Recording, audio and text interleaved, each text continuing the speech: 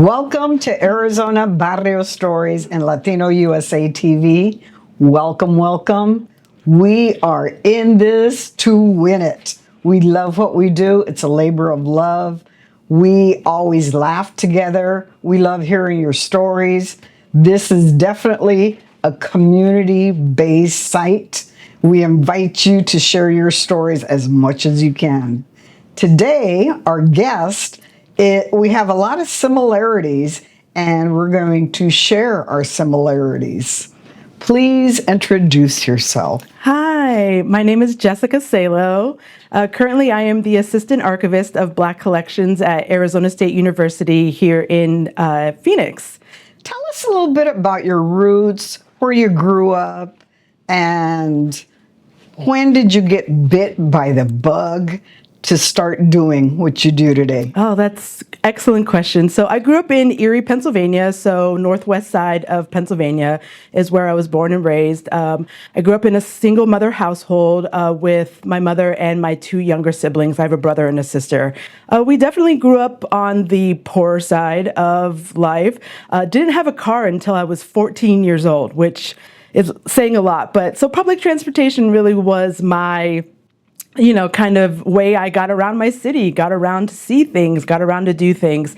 But I had a very rich and good childhood, and I'm just so thankful to be able to have those memories and have the people in my life that I did. But it was a great place to grow up, although growing up in snow, if you know, is definitely something that isn't for everybody. And this is why I live in Arizona now, is because lake effect snow really is something. And so anytime I talk to people about where I grew up, I was like, I loved my town, I loved growing up there, but also I didn't love lake effect snow. And this is why I live in Arizona now. Librarianship and archiving is my second career, honestly. I was a paralegal for 15 years before I became an archivist. So when I decided to transition away from my legal career, I really wanted to still be in service, wanting to still help people. And that's how I kind of fell into archiving. It was kismet in the universe that I actually ended up meeting Nancy Godoy, who is the director of the Community Driven Archives Initiative at ASU, when I was in library school. And so it felt just so on track for me as a history major to fall into a career where we are preserving memory history for communities here in Arizona. Could you give the audience your definition or a definition? What is an archivist? Yeah, we do this a lot when we do workshops with folks, because there's a lot of times that we'll ask people if they understand or know what an archive is even. And so we very much give those definitions. And what we tell people, an archivist is somebody who preserves the memory of either a community, a family, a history, but also then you can take that a step further, where the work that I do as an archivist is that I'm also an archivist for an institution. And so it really depends on what you want to draw out when we're talking about what an archivist is. But for me specifically, I am an archivist at an institution who does the work to preserve the history and memory of certain communities, of certain places here in Arizona, specifically attached to Black and African American community here in Phoenix and in Arizona broadly. When you first got to ASU, did they have that type of thing? What did you find when you got to ASU and you started working? Did you find gaps? Was it like zero? Or tell me when you first got there, what you saw. Yeah, so I started working at ASU in 2019. And at that time, ASU did not have a collection dedicated to Black and African American community. In 2021, after the unfortunate events of the murder of George Floyd, the Black Lives Matter movement, Dr. Crow put out an initiative called the Listen, Invest, Facilitate, Teach initiative, LIFT initiative, that wanted to highlight and uplift projects that were already happening within ASU that documented Black and African American community. And at that time, Nancy Godoy and I were just finishing up the grant project of Community Driven Archives Initiative. So it was a 3-year grant project. It started in 2017 in order for us to go ahead and go out into the community. Irma, you know very well, a lot of our initiative because you were very much involved in it in the beginning, about how we were trying to connect with community, especially at an academic institution, when a lot of folks feel that academia sometimes is only for very specific people. But we as CDA do a lot of work to ensure that everyday people know that they have a place at an academic institution, and that's what CDA did. So Nancy and I were wrapping up our grant. We had no idea whether or not we would be able to keep CDA going, and then the LIFT initiative came out. We asked our admin if we were qualified to go ahead and apply for the initiative. And they were like, yeah, go ahead, try and do it. And we were like, okay, great, we're gonna do this. So we applied, and then we waited. If you know about academic institutions, unfortunately, they do sometimes take forever.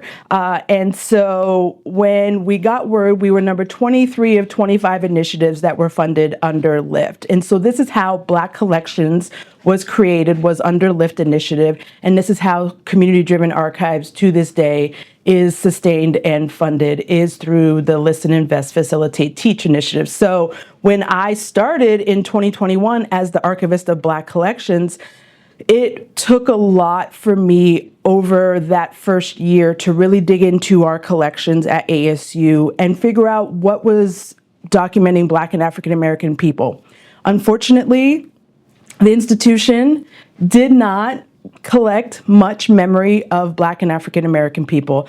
What I tell folks when they ask me a physical number or how much, I would say that about 3 to 5%, probably closer to 3, is dedicated to Black and African American memory across all of our collections at ASU. And so there's a large gap. There is quite a large gap within ASU institutional archives that is dedicated specifically to Black and African American history and memory. And so it is my work and my mission with Black Collections to increase that number, not only at our institution, but statewide. There was a study done in 2012 called the Arizona Archives Matrix Project, which went to all of the big 3 institutions. So that's us as ASU, up north in Flagstaff at Northern Arizona University, and then down south in Tucson at the University of Arizona, our historical society, some other smaller institutions around the state. And what came out in 2012 was that 0 to 2% of known institutional archives represent Latinx, Black, Asian Pacific Islander, and the LGBTQIA plus community. And that is unfortunately still our statistic in 2025. We are sitting at 0 to 2% of known institutional archives that represent Latinx, Black, Asian Pacific Islander, and the LGBTQIA plus community here in Arizona. So it really is behooving upon us as institutions, and me specifically as the Archivist of Black Collections, to really get the word out that we need to be doing more to highlight, uplift, and document these communities who are at a 0 to 2% of archival records here in Arizona that represent them, even though they've been here since territorial times and even before territorial times. So I do a lot of that work to connect people, to have folks understand that their archival history and memory is important. And then if they would love to come to an institutional archive, we would love to have them. We would 100% love to have them. But we also understand some of the historical trauma that has come along with institutions who have done harm to our communities here in Arizona. So our work as CDA really is to train, uplift, and support community archivists. And that is the work that I specifically as Black Collections Archivist, and then our broader initiative, Community Driven Archives, does in our communities, is to ensure that people just know how to preserve their material, that they know that their material is important, and that they shouldn't be throwing away. Please don't throw away your grandmother's archival material if you inherit that from your family. Please don't. Photos. Yes, please. Letters. Yes. All of it. Letters, photos, are, even little knickknacks, right? It really is so important to keep that history, keep those memories, because that is how you tell your story, right? And this is what we as Community-Driven Archives Initiative work very hard to do at Arizona State University, and to, have people like yourself be a part of our work and go out into the community and help us spread the word on just how important it is to preserve your history and memory. Our communities overlap. There's a lot of gaps, but there's also a lot of people out there that don't know their history. Right. They don't know the people that paved the way for them. As we wrap up today, in a brief statement, what has been a surprise that you have found that has brought joy to you in doing what you do? Yeah, man, there's so much. I would say the one thing is I like to talk to people. And when I got into this profession, there was a lot of people that were just like, oh, you don't have to really talk to people, or you don't have to do a lot of community interaction or anything like that.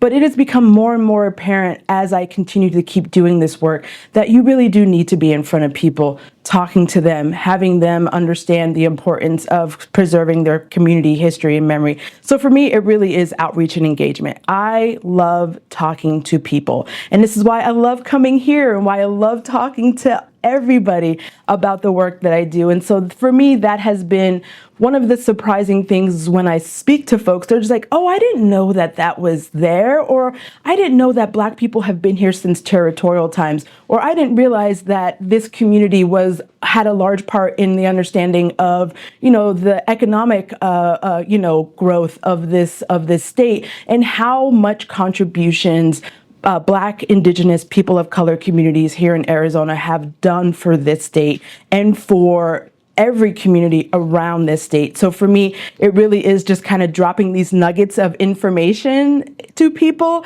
and then having them be like, oh, I didn't know that. Let me go and explore this a little bit more. Or let me ask my family about, our history here in Arizona. But you open a book and it's like, right. Where are we? Exactly. And I think that is a part of it as well, is that, we're telling the stories, but then they also need to be documented in some other form or fashion, if that's what the people and community choose to do, is have that go beyond like your family or community, right? If that's what you want to do. And that is really important now, where we're trying to get people who are just know a lot of community history, talk about it, maybe publish it, have them come on to shows like this, right? And speak about your important, awesome community, family, history, memory here in Arizona. And for me, that is 95% of a lot of the work that I do, and the joy that really keeps me going in this profession and in this work, because it can be really tough. There's a lot of really tough stories out there as well of, family struggle, family, community history that is really hard. But those hardships also lead to joy, also lead to the understanding of just the resiliency that our communities and our people have had here in Arizona. Amen. Yay! You said everything that I would want to say. Thank you. Thank you for coming on our show today. Pleasure. Thank you for letting people know what you do. Like I said, our communities overlap. There's a lot of unwritten stories out there and they need to be shared. Absolutely. Thank you, and maybe we'll have you back again, and I know I'll see you at an event. Oh, you will, and thank you. I would love to come back. So thank you all very much, and it is so much pleasure to be here. Thank you. Well, look in your cajon, your closet.